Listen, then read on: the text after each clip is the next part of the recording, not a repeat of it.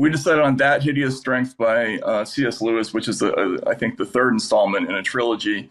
And uncannily prescient book about issues that could C.S. Lewis, who is famous as the author of the Chronicles of Narnia, um, uh, could not possibly have imagined that so much of this would become technologically true at the time. But it's a book that touches on all the issues that we've been discussing. And Walter, do you want to just give a quick summary of what Well, the yeah. premise is? Well, it's a book that was published in 1945, a few years before 1984. It talks about it's classified as dystopian fiction in that it talks about a kind of technocratic takeover of society, and Orwell himself was critical of the book. And quite aware that in some sense it preceded him, and as a picture of how things might go wrong. And Orwell's criticism was that Lewis, being a theologian and a professed Christian, couldn't create suspense because God will always win in a story of good and evil by a Christian. Whereas Orwell really, I mean, more than anyone, he let evil win, and he showed us, and he almost showed us in a theoretical, mathematical way that good had no way to come back against the particular evil that won. It would be a boot stomping on a face. Mathematics itself and all real attempts to understand the world would have been blotted out. There was no way to come back against the big brother that Orwell outlined. But C.S. Lewis, believing in fairy tales, for Orwell at least, always has this victor with omniscient and omnipotent powers. Anyway, it's set at a university, and it really. I don't want to front run it too much because people are just hearing about it now, and they can look at it for the first time after we speak. Maybe read the first part over the weekend. It's out there as common property. In other words, you can get free PDFs of this book. There's no reason not to read it. And it is about a research project at a British university to basically create AI, what we think of as AI. Right. Make our brains live with less and less body. Yes. A non-human superintelligence. I don't know how much of a puckish satirist C.S. Lewis was, but the name of this project is, in acronym speak, NICE, NICE. And I think by that, what he's making fun of is the way that these dystopian and gigantic projects always tend to come in sheep's clothing, it's one of my least favorite words in the English language. Even as a kid, like no matter, sort of like Huckleberry Finn, like anything that was nice, I sort of struggled against it, like it was an itchy sweater, But in this book, he really brings out the sinister sort of shading of the word. And what's interesting about it is that this story is told through the prism of a marriage. It's about two primary characters, one of which is going to be part of this NICE organization, and the other is going to be the wife, who is an academic who's kind of struggling with her career, but she's writing about questions of love and passion through the prism of John Donne, the poet. Yeah. But they're like the couple we saw in the CBS intro, the CBS story during our intro. The guy who's in love with the computer, and the woman who would rather we live in the normal world. Right. Yeah. And the setup, I thought at first, oh, this is kind of hokey, but actually it's really interesting.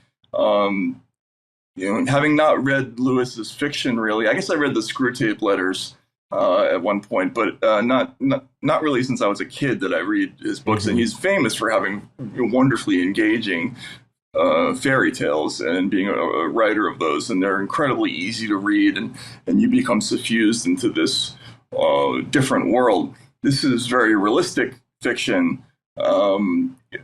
It'll remind you a little bit of a book like Panin by Nabokov, which is sort of about the little details of life on a campus, but through the lens of this troubled marriage where they're trying to rediscover what love and passion are, or what the nature of those things are. They're also looking at questions of um, can you really have humanity without a body, without sensuality, without all these other things that are really going to be dominating our culture, right?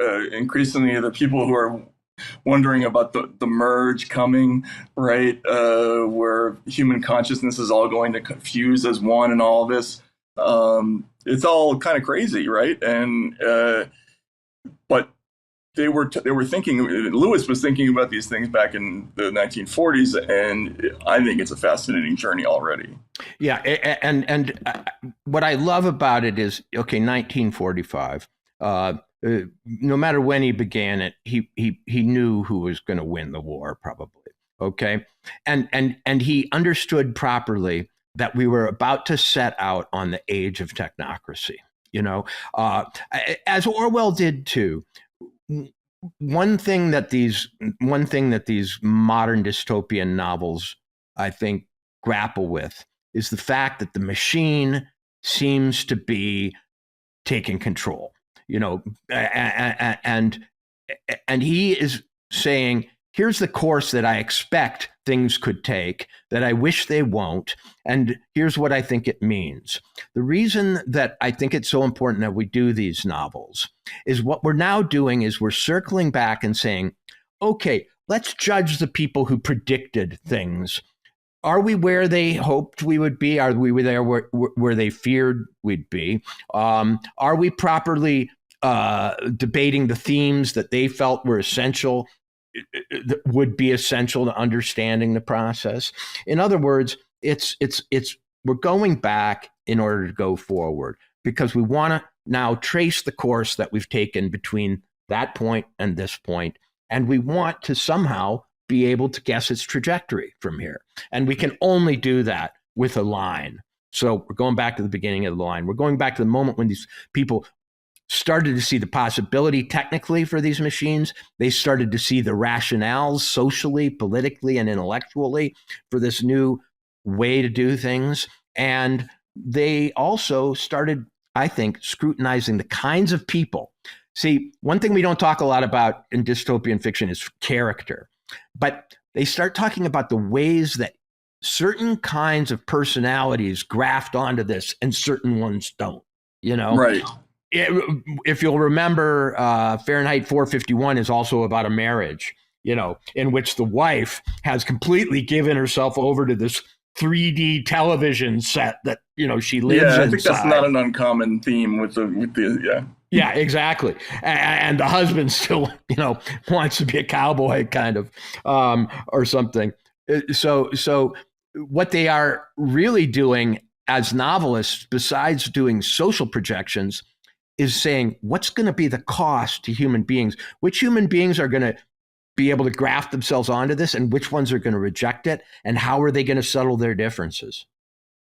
Yeah, and the last thought I have about this is, and I think we were raised, or I was raised anyway, to believe that um, it is there is kind of an article of faith, even if you're not a religious person, which I wasn't.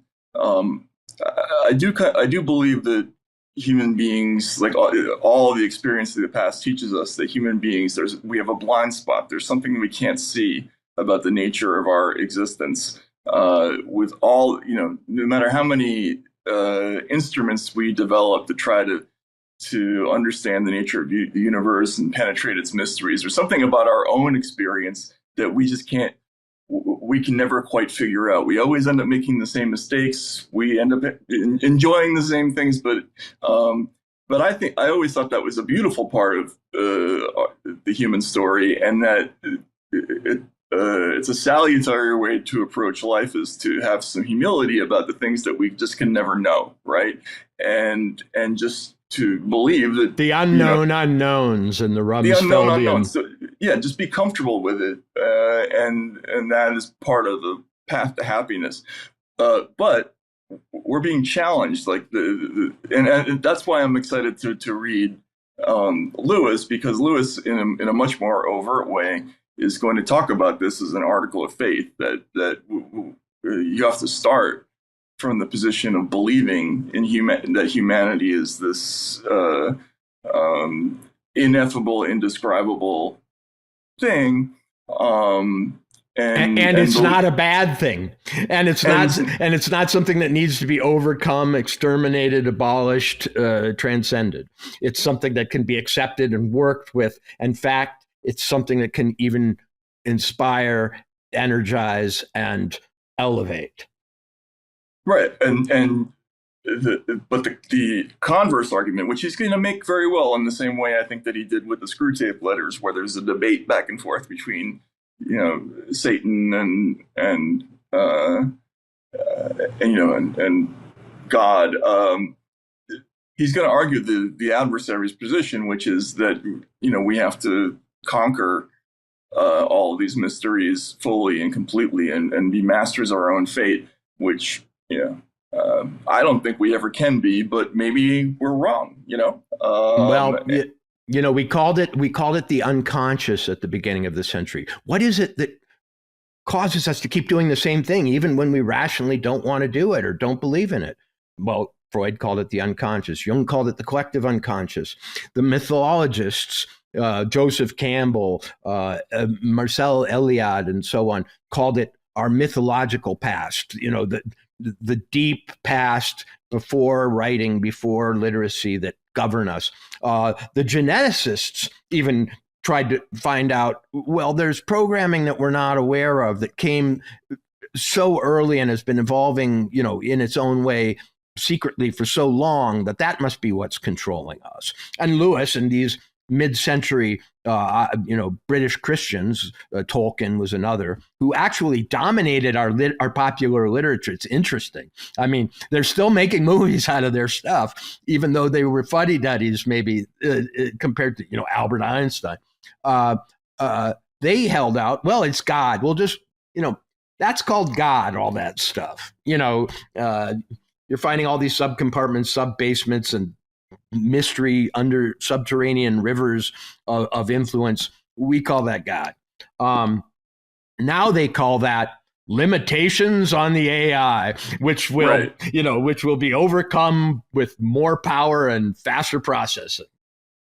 Yeah, I'm terrified by it, but I'm also heartened that I think that these kind of works of art that live forever are the argument against that, and there's going to be a clash between the effort to try to work out the deficiencies of the AI, between that and this other way of looking at life. And so all that is going to be in this book. So we'll look forward to reading some more next week. And Walter, good luck on the Bill Maher show. I'm sure that'll be fun to go over. Okay. And have a good weekend, everybody.